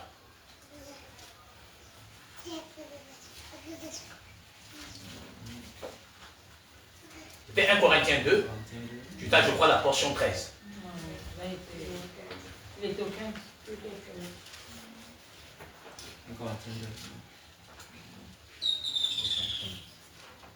1 Corinthiens 2. Oui, frère. L'homme spirituel, au contraire, juge de tout. Et il n'est lui-même jugé par personne. L'homme spirituel est juge De tout. et il est jugé par Personne. Mais à quel instant l'homme spirituel est-il juge? À quel instant l'homme spirituel est-il juge? Parce que c'est ça qui est important pour nous, savoir discerner. Parce que l'on parle de l'esprit, on dit le don de discernement des esprits. On doit être capable de savoir si cet esprit vient de Dieu ou il ne vient pas de Dieu. Mais pour que l'on sache, il faudrait qu'on se réfère à qui? À celui qui a établi son livre. Puisqu'il dit qu'après avoir parlé autrefois par les prophètes, Dieu dans ces temps derniers nous parle par le Fils, qu'il a établi héritier de toutes choses, par lequel il soutient toutes choses par sa parole puissante. Ça veut dire que donc si moi je me positionne devant vous aujourd'hui en qualité de dernier homme que Dieu aurait envoyé, il faudrait que on retrouve la référence qui m'établit en qualité de dernier homme envoyé. Pas chose comprendre. Parce que c'est là où c'est grave. Parce que quand Branham a trompé l'humanité, il a pris Malachie 4:6. Il a dit, c'est lui qui va venir, je ne sais pas quoi. Il a pris ça. Il a pris Apocalypse chapitre 10. Mais à la voix du 7e ange, quand il sonnera de la trompette, le mystère de Dieu serait révélé. Il s'est positionné là comme ce fameux prophète. Mais oubliant qu'il est dans l'erreur. Pourquoi? Mais parce que l'écriture est plus glorieuse et parfaite. C'est que ce qu'ils ont oublié, c'est que l'apôtre Paul a révélé le mystère. En disant que l'église est bâtie par le fondement des apôtres et des prophètes. Ça veut dire que les apôtres ont bâti l'église. Et les prophètes viennent révéler la profondeur du mystère. Parce que le prophète, c'est l'aigle qui voit au-delà. C'est-à-dire, c'est l'aigle qui voit ce qu'aucun être humain ne peut voir. Donc les apôtres se sont positionnés comme des prophètes. Parce qu'ils ont avalé le petit livre. Et en avalant le petit livre, ils ont prophétisé. C'est la même manière que l'on retrouve Israël en train de prophétiser sur les nations. Pourquoi? Mais parce que quand on va dans Apocalypse chapitre 15, prenons Apocalypse chapitre 15, prenons la portion 3. Apocalypse chapitre 15, la portion 3. Et il chante le cantique de Moïse. Frère, tu vois donc il chante le cantique de Moïse. Ça veut dire que donc il n'y a pas un autre, à part Moïse. Moïse a apporté donc un cantique, frère. Donc Abraham n'a jamais apporté un cantique. Oui ou non? Abraham n'a jamais apporté un cantique. Mais je vais vous écouter. Abraham n'a jamais apporté un cantique, non? N'est-ce pas? Mais donc Abraham n'a jamais été enfant de Dieu. Oui, frère. Il n'a jamais été enfant de Dieu. Abraham n'a jamais été enfant de Dieu. Sarah n'a jamais été enfant de Dieu. Oui. Isaac n'a jamais été enfant de Dieu. Mais vous-même, vous venez de lire là que, oh, à tous ceux qui l'ont reçu, à tous ceux qui croient en son nom. Est-ce qu'ils l'ont reçu là-bas? Non. Ils n'ont jamais été enfants de Dieu. Non. Lesquels sont nés du sang, ni de la chair, ni de la volonté de l'homme. Est-ce qu'ils étaient nés de la chair? Ils sont nés de la chair et de la volonté de l'homme. Si. Non, ils n'ont jamais été enfants de Dieu. On devient enfant de Dieu quand? Mais quand le Shiloh arrive et te porte l'évangile, c'est pourquoi pour qu'il soit sauvé, il fallait que Jésus aille au séjour des morts pour les faire devenir enfants de Dieu. Amen. Là, ça on se comprend. C'est pourquoi il dit à tous ceux qui l'ont reçu. Abraham n'avait jamais reçu Jésus. Moïse n'a jamais reçu Jésus. Ils l'ont reçu tous au séjour des morts. Pendant 3 jours et 3 nuits, qu'elle ait prêché l'évangile. C'est aussi simple que vrai. Ouais, mais là, il chantait le cantique de Moïse. Vous avez remarqué qu'il chante le cantique de Moïse, il n'y a personne qui est sauvé par ce cantique. Parce que le cantique de Moïse ne sauve personne. La loi n'a rien amené à la perfection. Donc quiconque pratique la loi est déchu de la grâce et séparé de Christ. Mais malheureusement, les nations sont rattachées à la loi parce qu'elle est pépinière. Je ne sais pas si on se dit. C'est-à-dire qu'elle nous permet d'avoir les badimes, les basophrones pour escroquer les prix des choses. Or, ils chantaient le cantique de Moïse. Oui, frère. La suite. Et il chante le cantique de Moïse, le serviteur de Dieu. Et le cantique de l'agneau. Vous avez remarqué, on dit, il chante le cantique de Moïse, le serviteur. Donc il n'est pas le sauveur. Il n'est qu'un serviteur. Oui, la suite. Et le cantique de l'agneau. Vous avez remarqué maintenant, on dit, et le cantique de l'agneau. Donc un serviteur n'est pas l'agneau. L'agneau peut être serviteur, l'agneau peut être l'agneau. Pourquoi? C'est pourquoi, souvenez-vous plus loin, quand Dieu rejette Saül, pourquoi il le rejette? Parce que Dieu va demander à Samuel de faire un sacrifice. Et puis Saül va venir faire le sacrifice. Il a dit à Samuel que non, comme le peuple est en train de s'éloigner, j'avais peur qu'il s'éloigne. Donc j'ai fait le sacrifice. Daniel lui dit, mais qui t'a dit de faire ça? Parce qu'un seul est à la fois roi et sacrificateur. Maintenant, toi qui t'es établi sacrificateur, tu n'étais qu'un roi. Un roi non pas par mon choix, mais par le choix des humains. Parce que c'est Israël qui a demandé un roi comme les nations. Moi, tu n'es jamais moi. J'étais oint non pas de la manière que Dieu aurait voulu, parce que celui qui a été oint dans la volonté de Dieu, c'est le roi David. L'homme selon son cœur. Mais toi, tu n'as pas été oint selon le cœur de Dieu. Tu as été oint selon la volonté du peuple. Maintenant, tu fais un sacrifice qui n'était pas ordonné. Or, Jésus, non seulement il est le sacrificateur éternel, il est en même temps le roi éternel. Et donc, c'est lui et lui seul qui avait le droit de faire le sacrifice. C'est pourquoi vous allez remarquer que Dieu, dans son amour, il se positionne dans l'homme en Abraham. Parce que seul le Père avait le droit d'offrir son enfant. En dehors du Père, personne ne peut offrir son enfant. Et quand il offre son enfant, vu qu'il a la parole, comme je vous l'expliquais l'autre jour avec le diable, il enlève son enfant et il remplace le diable. Il le lit. L'image en clou là. Il le lit. Quand il le lit, il sait que comme on a couru, il ne peut pas fuir. Maintenant, qu'est-ce qu'il doit faire? Il dit maintenant, lieu de jugement de ce monde, le prince de ce monde serait jeté dehors. On le jette du royaume des cieux. Et l'épouse qu'il retenait captive, il la sort de la côte. On dit l'eau et le sang. La naissance véritable de l'église parfaite. Qui reste à mourir? Le péché. Voyez-vous? C'est ce qui s'est passé sur la croix. C'est ce qu'on appelle le mystère de la croix. Voyez-vous? On va dire ça, on dit qu'on est devenu fou. Oui, on est fou. Parce que le monde ne connaît pas Christ. Vous voyez, c'est ce qui s'est passé sur la croix. C'est pourquoi, comme l'humanité, on dit que c'est devenu noir pendant 3 heures. Personne ne pouvait voir ce qui s'est passé là. Seuls ceux qui avaient la lumière ont vu que, oh, donc c'est pas lui qui est là. C'est donc le diable qui est là. Oh, mince. Où était-il? Au séjour des morts, pour aller rendre les 144 000 enfants de Dieu. C'est ce qui s'est passé? Oui, maintenant la suite. Et le cantique de l'agneau en disant... Mais alors, regardez maintenant, tu vois la différence. Et là, c'est quand ils chantent le cantique de l'agneau, ils se mettent maintenant à prophétiser. Ça, c'est la suite dit. Oui. En disant... Tes œuvres sont grandes et admirables. Voyez-vous, Israël maintenant se positionne comme les prophètes. Ils disent, mais là, tes œuvres sont grandes et admirables. Ils ne s'arrêtent pas là. La suite. Seigneur Dieu Tout-Puissant. Oui. Tes voies sont justes et véritables. Oui. Roi des nations. Oui. Qui ne craindrait, Seigneur, et ne glorifierait ton nom? Voyez-vous, qui te craindrait, Seigneur, et ne glorifierait ton nom? Regardez la suite qui est parfaite. Car seul tu es saint. Et toutes les nations viendront. Voyez-vous, on dit toutes les nations. Donc Israël, mais là, se positionne aussi comme les prophètes et ils prophétisent que les nations du monde viendront à toi. Comme Apocalypse 10, quand Jean avale le rouleau, il quitte de sa nature d'apôtre, se positionne comme prophète. Parce que l'église est bâtie sur le fondement des apôtres et des prophètes. Et maintenant, en tant que prophète, maintenant, il prophétise en disant que en fait, c'est toi là qui vas sauver les nations par la justification en ton nom. D'où l'écriture dit que mais en lui, nous sommes justifiés de toutes les choses dont la loi de Moïse ne pouvait pas nous justifier. Mais maintenant, pourquoi alors me laisser dans la loi de Moïse alors qu'elle ne me justifie pas? Et c'est ça qui fait qu'aujourd'hui, les gens sont en erreur. C'est qui fait qu'aujourd'hui, les gens sont en erreur. Pourquoi? Parce que les gens croient que Moïse était un enfant de Dieu. Non, il était un serviteur. C'est un enfant de Dieu. Il n'était qu'un serviteur.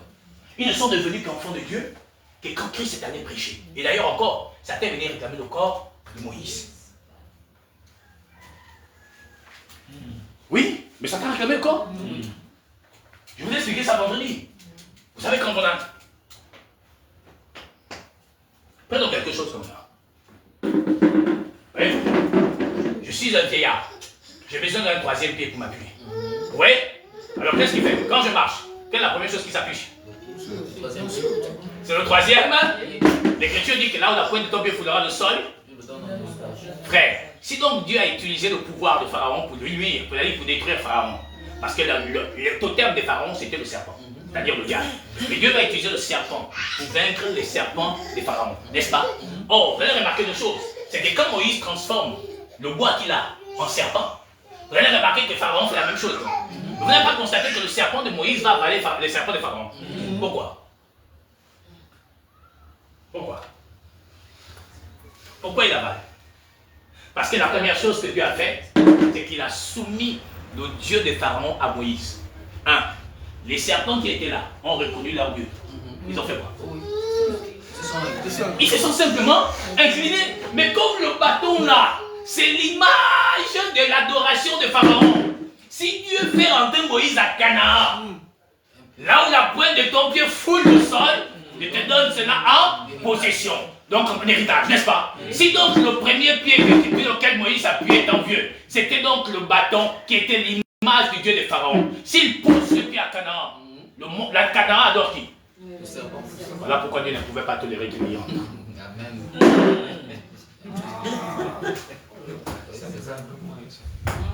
Vous comprenez maintenant pourquoi? Il pourrait permettre. Donc il fallait que Dieu le disqualifie dans la chair pour empêcher le Dieu de Pharaon d'arriver à Canaan, pour que le peuple ne soit plus soumis à lui. Donc il fallait le disqualifier. De quelle manière? L'écriture est parfaite. Il n'arrive rien sans que Dieu ne l'ait ordonné. Or, la faiblesse de Moïse, c'était quoi? La colère. Souvenez-vous, Paul avait quelle faiblesse? L'arrogance et l'orgueil. Dieu dit, pour ne pas m'endorgueillir, je t'ai mis une écharpe. C'est pour t'empêcher de faire quoi? De se mettre en arrogance et en orgueil. Et la faiblesse de Moïse, c'était quoi? La colère. Pour qu'il ne puisse pas rentrer à Canaan, il fallait que Dieu dispose quelque chose qui devait lui amener à avoir une faute. Non pas spirituelle, mais charnelle, pour que Dieu ait raison de lui sauver la vie et lui empêcher de voir Canaan en amenant une autre adoration dans Canaan. C'est aussi simple que bonjour. C'est aussi simple que bonjour. Ouais, mais donc Dieu, c'est pas un fou. Dieu est l'homme, je vous dis, c'est l'homme le plus instruit. Je ne sais pas si sa sagesse, on vivra même 1 milliard de vies. On ne pourra jamais sonder Dieu. Sauf si lui-même il se révèle comme il fait avec nous là, gratuitement là. Ben, c'est cadeau qui nous donne tout ça. Ouais. Et donc le monde ne cherche pas Dieu. C'est pourquoi je vous ai dit l'autre jour, la dimension de Dieu pour nos âmes. C'est-à-dire que si on devient la parole, le monde va nous chercher. À cause de la nature que nous sommes devenus. Parce que le monde rêve d'une seule chose, voir Dieu comme il voyait Dieu dans les apôtres. Voir Dieu comme il voyait Dieu dans les Timothées.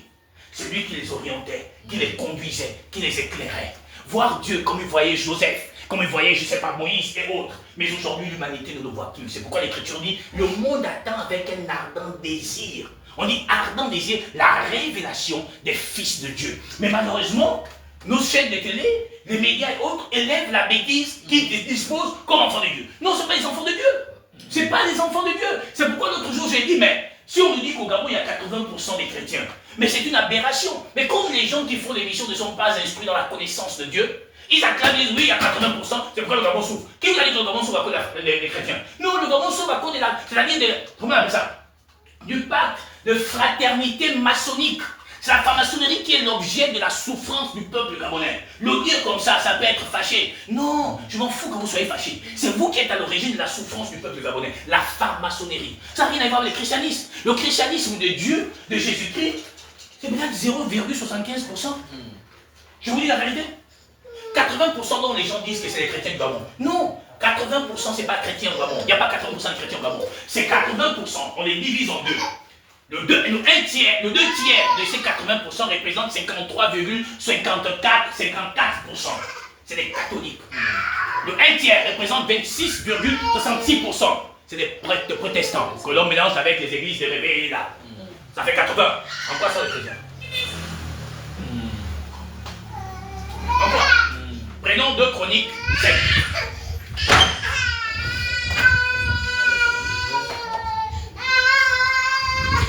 Deux Chroniques 7. la portion 14. Si mon peuple, sur qui est invoqué mon nom. Frère, on s'arrête là. Il dit mon peuple, sur qui est invoqué mon nom. Mais regarde, le frère Dan a pris un Jean 1er, non? La portion 1, non? Au commencement était là. Parole. La parole était avec Dieu. Et puis Dieu était là. Parole. Mais là, dans Chronique, il dit si mon peuple, sur qui est invoqué mon nom. Or, le même Dan l'a mené dans Apocalypse chapitre 19, je crois la portion 13. Si quelqu'un peut relire ça. Je crois que c'est ça là-bas, il vous a amené, non? Apocalypse 19, je crois 13. Je pense bien, non? Apocalypse 13. Non, Apocalypse 19, 13. Je crois que c'est ça, non? Oui. Et il était revêtu d'un vêtement teint de sang. Son nom est la parole de Dieu. Son nom est quoi? La parole de Dieu. Au commencement était là. Parole. La parole était avec Dieu. Et puis Dieu était là. Parole. Il dit si mon peuple sur qui mon nom est invoqué. Donc finalement, le peuple de Dieu, quel est le nom qui doit être invoqué sur eux? La parole. Et donc finalement, si donc au Gabon, c'est Dieu qui est en 80%, ça veut dire qu'on doit retrouver la parole. Est-ce qu'on retrouve la parole? Regardez-vous, on adore Marie. On paie les dîmes, on paie les offrandes, on a conçu des bâtiments qu'on appelle l'église. Mais non, parce que regardez même, on dit sur mon peuple sur lequel est invoqué mon nom, n'est-ce pas? Est invoqué mon nom, n'est-ce pas? Maintenant regarde, acte 17, prends la portion 24, 25.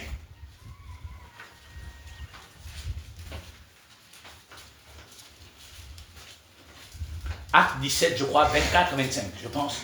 Le Dieu qui a fait le monde et tout ce qui s'y trouve, oui, étant le Seigneur du ciel et de la terre, n'habite point dans les temples faits des mains d'hommes. Donc frère, donc finalement je te pose la question. Les 80 là sont dans quoi?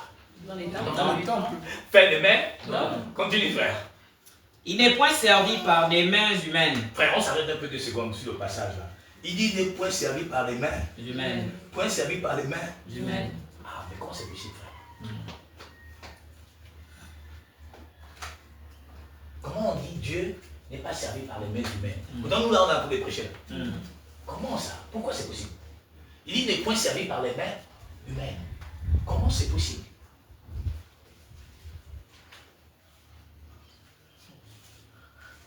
Vous voyez? Et c'est là que l'humanité s'est égarée parce qu'on n'a pas cherché Dieu. Il dit n'est point servi par les mains humaines. Ça veut dire qu'il n'y a pas une main humaine qui peut servir Dieu. Ça veut dire que donc tous les offrandes que les gens donnent là, c'est pas Dieu. Tu sais pourquoi, frère? Genèse 2, prends la portion 7.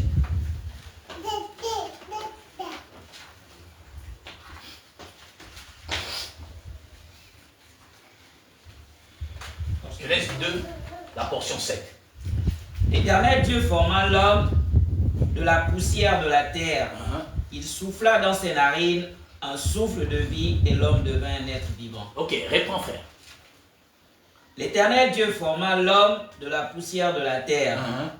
Il souffla dans ses narines un souffle de vie et l'homme devint un être vivant. Donc, comment un être vivant? Donc, un être vivant peut-il servir Dieu? Sachant que Dieu est un esprit. C'est possible. Donc, il n'y a pas quelqu'un humain qui peut servir Dieu.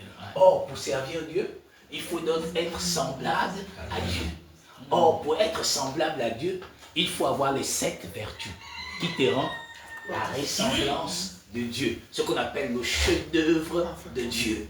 C'est pourquoi les dons ont été établis pour le perfectionnement des saints en vue de l'œuvre du ministère et l'édification du corps du Christ. Or, le corps du Christ, c'est l'épouse. Or, c'est l'épouse qui redevient l'image d'Adam qui dit enfin, cette fois-ci, chair de ma chair, os de mes os. On l'appellera femme. Voyez-vous? Or, pour servir Dieu, il faut donc devenir la nature de Dieu. Or, pour devenir la nature de Dieu, il faut devenir quoi? La parole. Parce que c'est la parole qui sert Dieu, parce qu'elle est conduite par la pensée de Dieu. Je ne sais pas si on se comprend maintenant. Oui, c'est pourquoi la Bible dit il n'est point servi par les mains humaines. Parce que les mains humaines ont été tirées de la terre. Et comme c'est tiré de la terre, elle ne peut pas être semblable à lui. Et comment donc un être humain peut servir Dieu? C'est quasiment impossible. Pourquoi? Parce qu'on dit que quand il est descendu sur la montagne, les gars ont dit à Moïse, c'est pardon. C'est bon, il ne veut même pas prendre sa mort. Parce que même celui qui devait toucher un animal devait mourir. Maintenant, comment on peut lui servir? Or, pour lui servir, il faut devenir la parole. Vous savez pourquoi? Dan, donne-moi ton stylo. C'est la parole qui vient de me servir, pas Dan. Pas censé comprendre. C'est pas Dan qui vient de me servir, c'est la parole. Tu as dit Dan, donne-moi le stylo. Or, c'est ma parole qui est sortie, qui a agi. Or, c'est pas Dan. Pas censé comprendre. C'est ce que nous devons devenir pour servir Dieu. Or, les gens croient qu'ils payent les dîmes, ils servent Dieu. Non, vous ne le savez pas, vous n'êtes pas semblable à lui. Est-ce que tu vois? Et effectivement, nous, le baptême, il y a Nicodème, mais si tu ne n'es pas d'eau et d'esprit, tu ne peux pas voir le royaume. Or, le royaume, c'est la parole. Or, souvenez-vous, il nous a transportés dans le royaume du Fils de son amour. Or, si le royaume est la parole, et que chacun d'entre nous, nous sommes une partie de la parole, en vérité, nous sommes quoi? Le royaume. Or, le royaume est conduit par qui? Un seul roi. Qui? L'Éternel des armées. Donc, dans son royaume, qui agit? Le roi. Pour qui? Pour sa volonté. Car tout sujet autour dans le royaume est à la merci de la pensée. C'est-à-dire que là où la sœur assise là, lève ta main. Ma pensée a parlé, et ma pensée en elle fait agiter sa main. Il en est ainsi de tous les membres. Pas sûr, c'est pour moi. Ça veut dire qu'il faut que la pensée communique aux membres ses désirs, et les membres agissent. Si la pensée ne communique pas ses désirs, les membres ne peuvent pas agir. Or, si on n'est pas dans la nature de la parole, on ne peut pas servir Dieu. C'est pourquoi il a dit dans Jean 4, il faut que ceux qui m'adorent, m'adorent en esprit et en vérité. Or, la vérité, c'est la parole. L'esprit conduit la vérité. Sanctifie-les par ta vérité, car ta parole est la vérité. C'est pas sûr que je comprends maintenant. Et comme la parole est la vérité, la sanctification qui est l'esprit nous amène maintenant à obéir à la pensée. C'est pourquoi tu as pris 1 Corinthiens 2, 16 a dit, qui a connu la pensée du Seigneur pour l'instruire. Or, nous avons la pensée de Christ. Or, quand il dit nous avons, nous qui? La parole. Avons quoi? La pensée du Seigneur qui nous instruit dans la volonté. D'où 2 Corinthiens 2, 12 a dit, car nous n'avons pas reçu l'esprit du monde, mais l'esprit qui vient de Dieu, pour que nous connaissions les choses que Dieu nous a données par sa grâce. Ça veut dire que donc la parole connaît ce que Dieu lui a donné comme avantage. Mais regardez-nous. C'est souvent on a l'impression qu'on ne connaît même pas ce qu'il nous a donné. Alors que nous avons tout.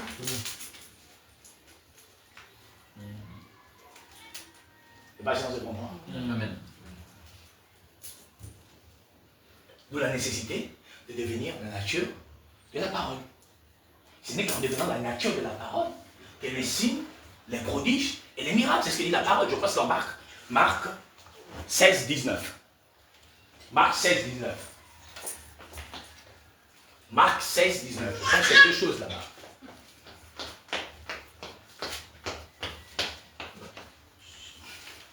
Le Seigneur, après les avoir parlé, fut enlevé au ciel. Et il s'assit à la droite de Dieu. Et ils s'en allèrent prêcher partout.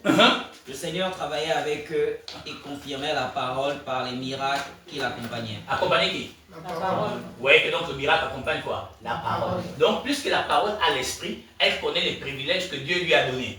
C'est pourquoi la parole devant Hérode n'a pas paniqué. Elle dit, mais sauf si cela t'aurait été donné d'en haut. Parce qu'elle connaît les privilèges. C'est-à-dire que l'esprit connaît ce que donc, c'est-à-dire l'épouse connaît ce que l'époux l'a donné. Donc si nous sommes l'épouse, qui est la parole, nous sommes donc en même de dire, nous connaissons ce que Dieu nous a donné. Mais maintenant quand on se regarde nous-mêmes là, qu'il dit là ce matin, est-ce qu'on connaît même ce que Dieu nous a donné? Alors que nous avons étendu de tout le pouvoir de l'humanité. Parce que le monde vit, parce qu'il n'y a pas encore tous les chrétiens convertis. Parce que l'Écriture dit, quand cette bonne nouvelle du royaume serait prêchée à toute la création, alors viendra la fin. Vous voyez? On n'a pas dit quand la paix serait de nos mondes. Même quand on parle de paix, on dit quand le monde dira paix et sûreté, une rude soudaine les surprendra. Donc on est là. Là où le monde est dans l'agitation. Parce qu'on parle de la Troisième Guerre mondiale. Quand les hommes vont jeter toutes leurs armes, même où on dit mais là il y a la paix, où c'est bien maintenant. Le monde est bouleversé dans l'existence totale et absolue. Est-ce que nous serions là? Je ne sais pas. Seul Dieu connaît. C'est pourquoi, à l'allure où va le monde à l'heure actuelle, nous devons nous imprégner de la gloire de Dieu. Avoir peur et de se dire, mais il ne faut même pas que la bombe atomique explose dans le corps vivant. Parce que la mort peut être atroce. Voyez-vous? Et vous voyez, pendant que les autres font les murs de déchirer des esprits, le monde est en train de... Je vous dis, le monde est en train de rentrer dans une troisième guerre mondiale. On n'édifie pas les chrétiens sur ce qui est en train d'arriver. Mais pourtant, tout se joue actuellement. Tout se joue. On est là. Je vous ai parlé toujours des grandes nations qui s'attaqueront. La Russie qui est en train de reculer, qui ira. Parce que la Troisième Guerre mondiale, normalement, doit commencer au Moyen-Orient. Ça, c'est la vérité. Elle va commencer au Moyen-Orient. On veut, on ne veut pas. C'est là-bas ça va commencer. Pourtant, Israël, monsieur vous avez dit l'autre jour, Israël était l'horloge. Mais pourtant, regarde, l'horloge a commencé. Mais, au Gabon, il y a un fou qui dit il est Jésus. Non, il est plus que Jésus. Il a. Maintenant, là, on va parler encore, Mala ou Mamaroura, on dit maintenant finalement que non, il n'y a plus un seul fou. Ils ont plusieurs fous. Ils ont plusieurs fous, détruisés, découpés et égorgés. On égorge qui? On découpe qui? Je vous dis, frères et sœurs, l'autre jour, je vous ai expliqué que la sorcellerie veut dire sort, envoûtement, possession. Je vous ai dit sort. C'est une puissance qui est supposée fixer le cours des temps. C'est ce que je vous ai expliqué. Et nous sommes allés chercher Samuel. Samuel dit que c'est Dieu qui enrichit, c'est Dieu qui a appauvri. Or, sort qui est dans la nature de sorcellerie, on dit que c'est une puissance qui est supposée fixer le cours du temps. N'est-ce pas? Supposé, ça veut dire que ce n'est pas une évidence. Ce n'est pas une véracité. Donc, Daniel ne même pas, quand elle dit, ou quand il dit, pardon, que c'est Dieu qui enrichit, c'est Dieu qui appauvrit. Ça veut dire que donc, la sorcellerie n'a pas le pouvoir de t'appauvrir. Non, c'est l'ignorance qui nous égare et qui nous fait perdre.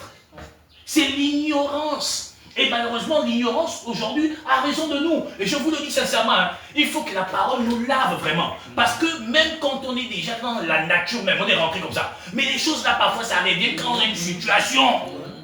Je vous dis la vérité, quand on a une situation, les choses reviennent comme ça, tu as l'impression de dire que est-ce que je suis même converti? Non, tu es. Sauf que tu as laissé un peu de levain se lever encore. D'où l'Éternel dit, mais par l'esprit, si vous tuez les actions du corps, elle n'aurait plus d'avantage sur vous. Mais c'est un processus. C'est pourquoi j'expliquais à un jeune homme, je ne sais plus à qui, je disais, mais la sanctification, je dis, vous êtes des phénomènes. Vous croyez que la sanctification m'a dit, tu es déjà sanctifié? Vous êtes fou. La sanctification, c'est un processus, jusqu'au même, ça peut m'arriver jusqu'au dernier jour de ton existence. On dit sanctification.